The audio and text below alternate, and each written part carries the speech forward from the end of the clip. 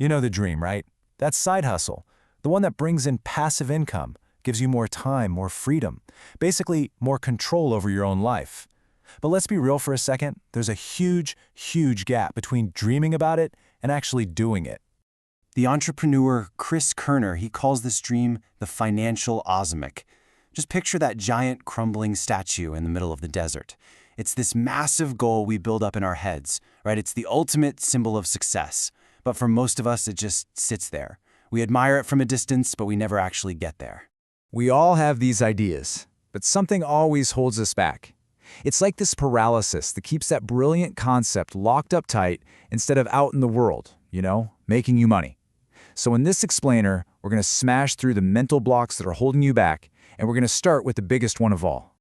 Okay, first up, the myth of the unique idea. This is the big one. It's this belief that to even get started, you need some kind of stroke of genius, a concept so original, so world-changing, that nobody has ever thought of it before. But what if I told you that's not just wrong, but it's the exact opposite of how you should be thinking? Now, I know this feels completely backwards, right? We're all taught to be innovators, to create something brand new. But listen, the fastest, most reliable path to a profitable side hustle, it's not invention. It's replication. It's about finding what is already proven to work and simply doing that yourself. This is a massive, massive mindset shift. So instead of seeing a competitor and thinking, oh man, it's already been done, you should be thinking, great, somebody else already took the biggest risk for me. An existing market, it proves that people are actually willing to pay for this thing. The demand is real. They've done the hard part for here. Just take Kerner's own story. So he was running a phone repair business, and one day he gets a call from a guy who wants to buy his broken iPhone screens. Now, most people would have just sold the screens, made a little cash, and moved on. But Kerner's first thought was completely different. He didn't have to invent a single thing. He literally saw a working business model right there in front of him, he copied it, and he turned it into a multi-million-dollar business. No stroke of genius needed, just a good eye for an opportunity. Okay, but spotting the opportunity is one thing. What about the money to actually start? Well, that brings us to our next myth. This is the second huge fear that stops people cold: money. You look at these established companies and you think, man, I'd need a massive war chest just to get in the game. But what if the goal isn't to build a giant company on day one? What if the goal is actually much, much smaller? According to Kerner, a whopping 90% of side hustles can be launched with $500 or less. And why is that? Because the initial goal isn't to scale. It's just a test. You're not trying to build a skyscraper, you're just laying down one single brick to see if it even holds. And this is where things get really, really practical. You don't need a business loan. You don't need venture capital. You just need a clever way to see if anyone actually cares about your idea before you spend any real money on it. Okay, so let's walk through this. Let's say you have an idea for, creatine for women, but you're not sure if gummies or a powder would sell better. So instead of spending thousands on manufacturing, you just use AI to create some fake but realistic product images. Then you post them on Facebook Marketplace. Now you're not trying to sell them, you're just gathering data. You track every single click, every message, everything. And in a single day, you have real-world proof of which idea has more demand, all without spending a dime on inventory.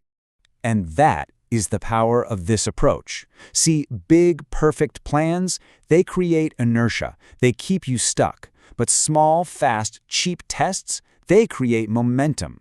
Every time you run a tiny experiment like that Facebook test, you get a little bit of data back from the real world. And that momentum is what actually propels you forward. But one of the biggest things that kills momentum is getting hung up on this next myth.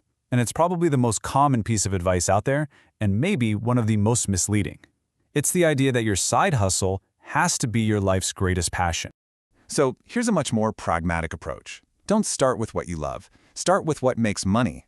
Use the profit from some boring, practical business to build up the capital and the freedom you need to eventually go pursue your real passion. This is what Kerner calls sweaty, ugly income. It is not about finding your life's purpose in your work. It's about finding a problem you can solve that people will pay you for, even if it's not glamorous. Its only job is to be a tool that gets you to the next level. His concierge car buying service is the perfect example. The business model, it worked. It made money. But he wasn't a car guy. He really didn't enjoy it. The lesson for him wasn't about learning to love cars. It was about learning to love the game of business itself. You know, the skill of turning $1 into $2. And that's a skill you can apply to absolutely any. So, okay, when we bust all these myths, the need for a unique idea, a big investment, or a passion project, what are we left with? Well, we're left with a simple, really powerful new reality: having a bias for action. It all comes down to this. Don't let your ideas just be passing thoughts. The more you practice turning those thoughts into tiny, low-stakes experiments, the better you get at it. You're literally building a muscle. So here's the new framework, the new mindset. You see competitors as proof that a market exists. You test your ideas cheaply on places like Facebook before you build anything. You chase profit first so that you can afford to chase your passion later. And most importantly, you act fast to build that precious momentum. And that's really the whole point. Action isn't some personality trait you're born with. It is a skill that you develop.